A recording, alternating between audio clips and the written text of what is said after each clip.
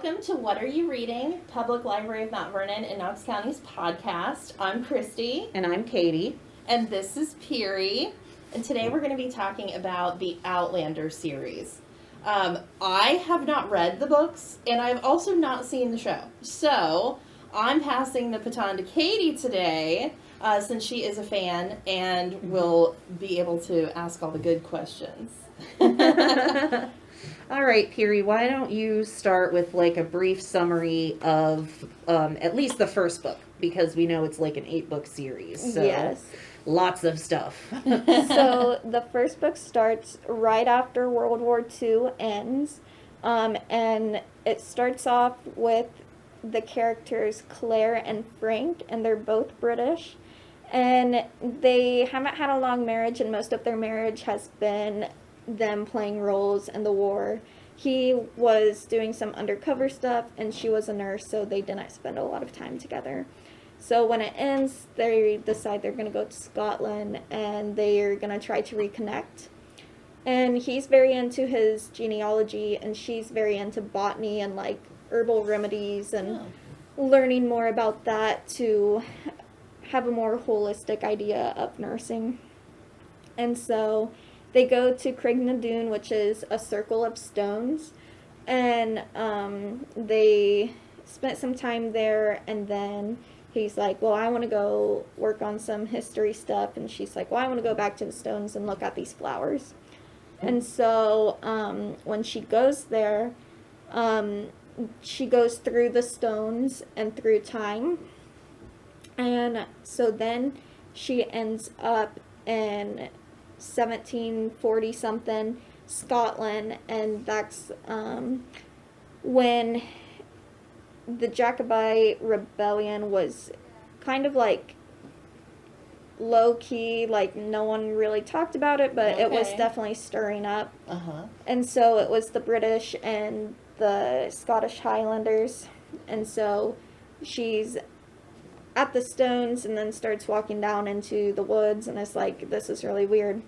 And she sees redcoats running, and then she sees Highlanders running, so she starts running. Oh my gosh. And then she gets caught up by Black Jack Randall, which is her husband in the future's ancestor, and he's just a terrible person.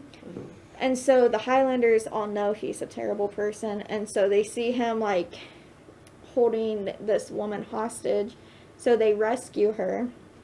But since she has a British accent, they're also suspicious of her, so then they keep her kind of hostage, but like kind of free range hostage. It's one of those where you're like a guest, but you can't leave. Yes, Gotcha, sure. exactly.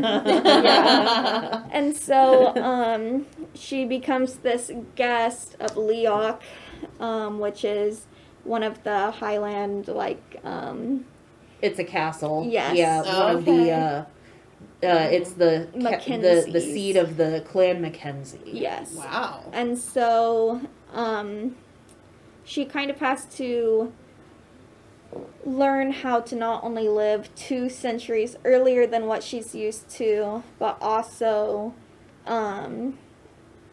like really within herself decide which life she likes better, because in this new life she meets a guy that she connects with on a way deeper level than she did her husband in the future. She also feels like she can teach the people there more about like health and like help them advance more. But then she also has to think about like, well, when I'm doing this, how much impact am I putting on the future? So there's a lot she has to like weigh within herself. But the first book is more like her learning to live in that time period and her relationship with Jamie, which is who she meets. Wow. Oh my gosh. I mean, since I haven't read it, I'm really intrigued by the idea of just being kind of thrown into 200 years previous, and how do you navigate that? Mm-hmm. I know that we had mentioned previously about them kind of thinking maybe she's a witch, so we're still dealing with like witch trial, hangover type stuff. Oh, definitely. Like anything that isn't like mainstream is almost immediately like witchcraft or like you're a spy or just. Not to mention an outspoken woman. Yes. In the 1700s. Yeah. Is I bet. not really looked upon very highly. Yeah. And that's where she has a lot of conflict because she sees them doing things that are terrible. But they don't know any better. And it's how do I get them to have better hygiene, to not be like, okay, well, they're sick, so we're just going to bleed them and then everything will be fine. And even I remember a scene where there was a sickly baby that they leave in the woods. Oh, wow. Because they think a fae came and snatched their healthy baby and gave them it with a sickly changeling. Yeah, with a changeling. So they're trying to get their baby back. Wow. By like taking it to the woods and leaving it so that the fae can bring their baby back and take the changeling. Oh my gosh. And Claire hears the baby crying and does not know of this belief. She just sees a sick baby and wants to help, and so that ends up causing trouble later for her. So that's another struggle she has, is like she tries to do good, but it's seen as culturally incorrect and time period incorrect. So.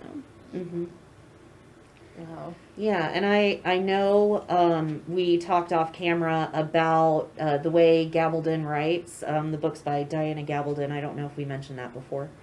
So why don't you talk a little bit about that realism and just the way that Gabaldon writes and ties in the history? Yeah, so she does an amazing job. Like we also said, like it is sci-fi in the sense that like there's time travel, but it's way more geared like historical fiction, and it's very accurate. I was telling them that like in one of the books it starts talking about like the slave trade and how the Europeans, it would start with the Europeans and they would take people from Africa and then they would go to the Caribbeans and like up to America, and there's like this triangle on the map. And so I had read about it in there and I'm like, oh, interesting. And then like a few weeks later, I had learned that same thing in one of my classes. Wow. And so I was like, oh, wow, this is actually very accurate. Yeah.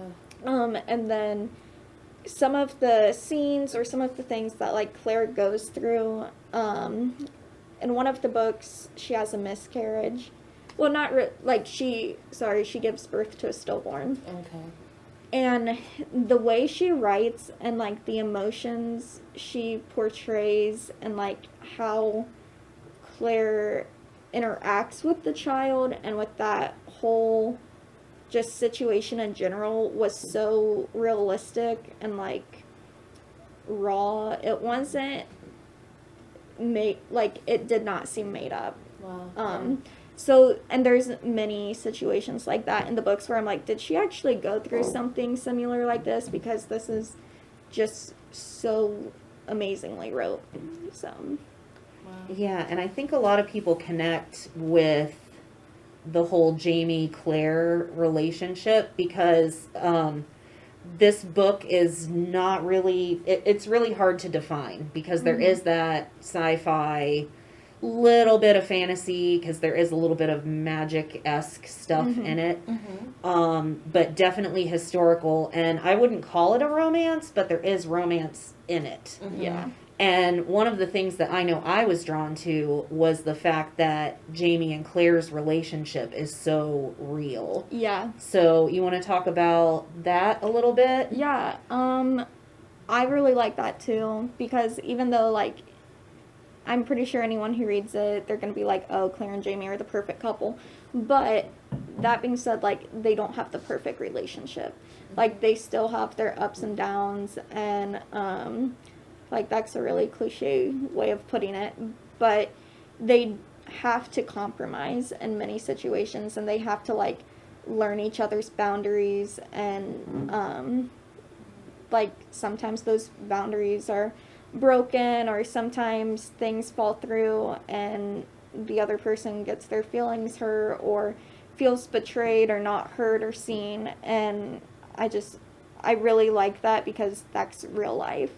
It's not always going to be like this perfect couple who has everything together. So yeah, and I'm sure it's even more complicated because she has the marriage in the future as well with Frank.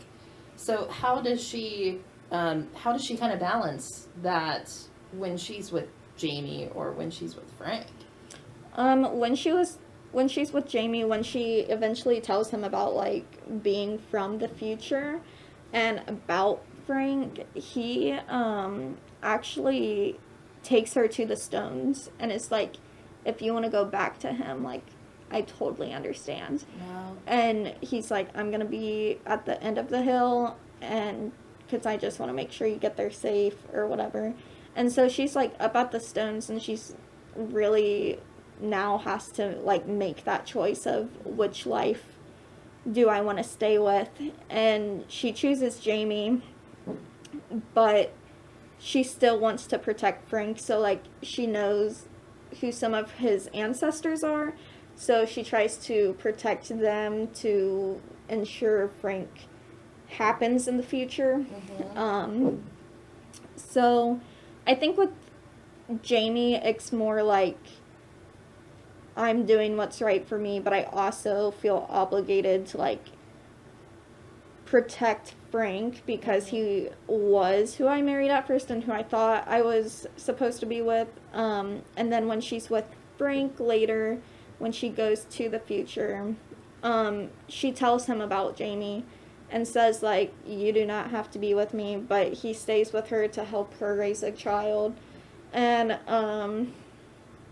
with that, I don't think she rubs it in his face that, like, I'm not in love with you anymore, but he can just tell her heart's not in it. And while she was gone, he had moved on with his life some, and he wasn't really, like, ready to reel that back in.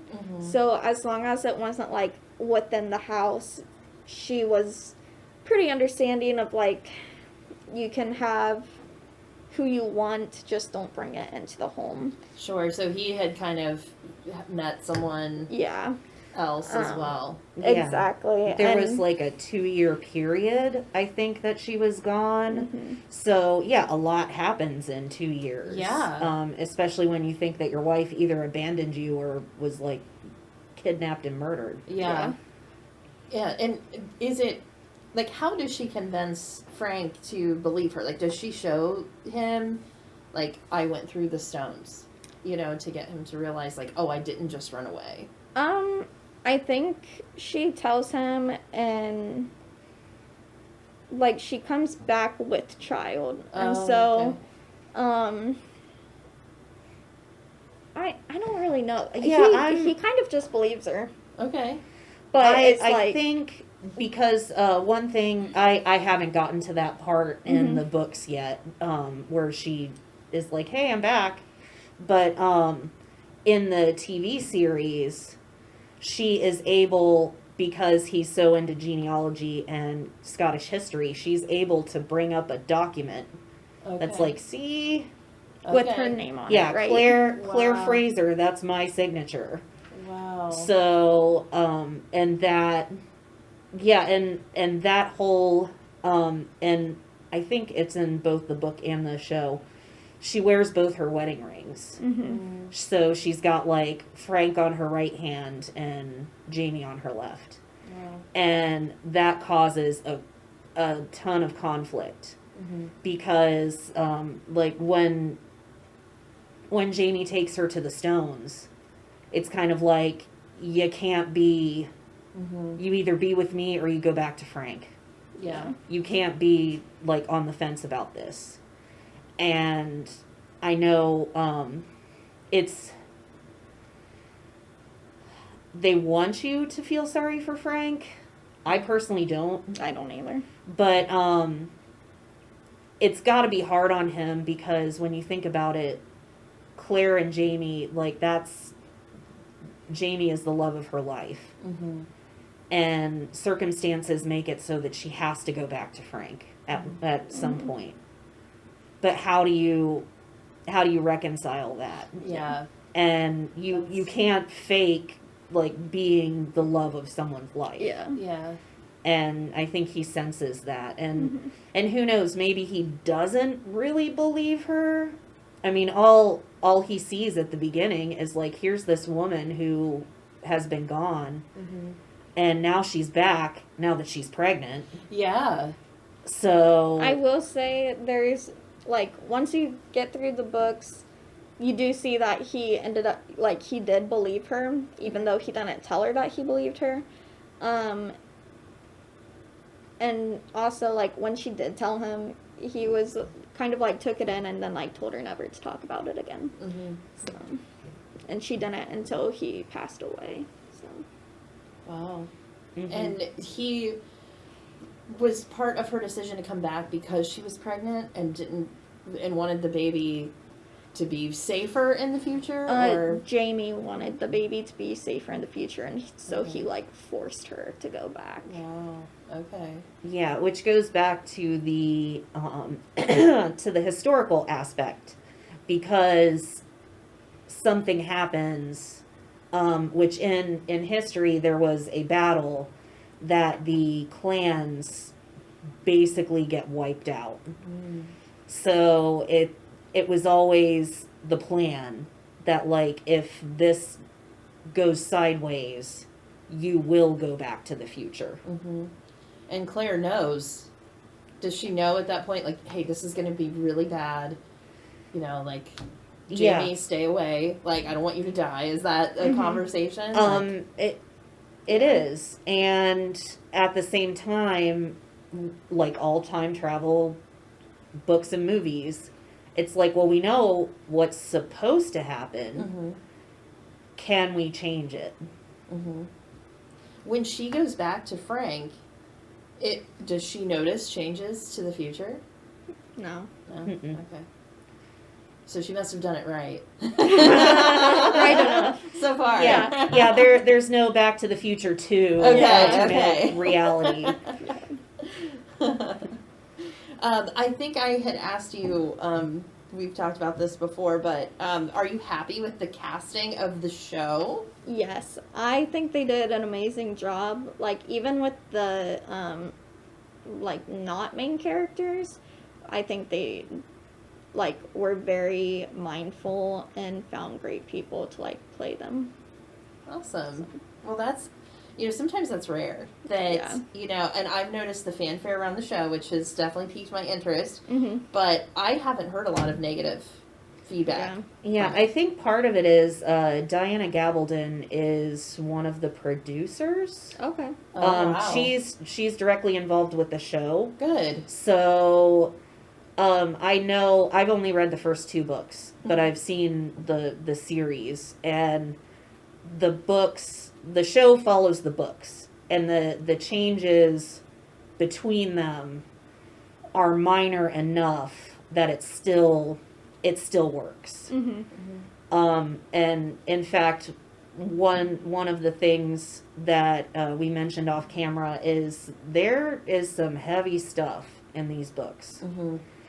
And because the show is on cable, it can address those really hard topics. So there's a lot of adult content. So Yeah. Reader be advised. Yeah, Some the adult books are content. amazing, but there are some things that happen that are tough to watch, tough to read. Mm-hmm. Yeah. Oh, that's awesome. I'm excited. Like I really do want to start reading it. I know that I've heard that it can be intense, as far as, battle scenes and things that actually did go on in the, mid 1700s. And there's stuff that happens in the 1700s that, like, is still happening today. And so that kind of gives you a new perspective as well, because you're like, oh my gosh, how much longer are we going to let some of these things happen? Staying in these, like, abusive patterns. Yeah. Yeah, and that's where the realism makes it difficult. And I think they're like the last 2 episodes of the first season are very intensely show a very intense abusive situation. And the actors did an amazing job. But that's what makes it even, and it was in the book also. Yeah. And it is important. It's not the show isn't really gratuitous when it comes to sex and violence. Yeah. It is something that affects the characters very deeply. So they couldn't leave it out.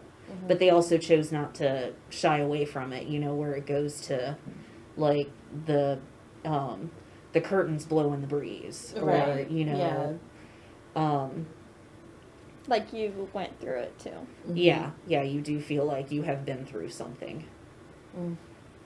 Yeah, that is intense, but something that I feel like will make a lasting impression, either for the better or for the worse. But it sounds like it does make sense. It needs to be there, and that she does a really good job of explaining to you why this is happening, and Yeah. That it needs to be said. Definitely. Yeah. So would you recommend this book to other people? I would. I feel like you have to have some level of open-mindedness to really appreciate it. But yeah, I would totally recommend it. Yay. Yeah, it's got a little something for everyone in it. Awesome. Yeah, I'll put it on my TBR, because even though it's 1,000 books deep, Oh, same. yes, I'll add it to my Goodreads. Yeah.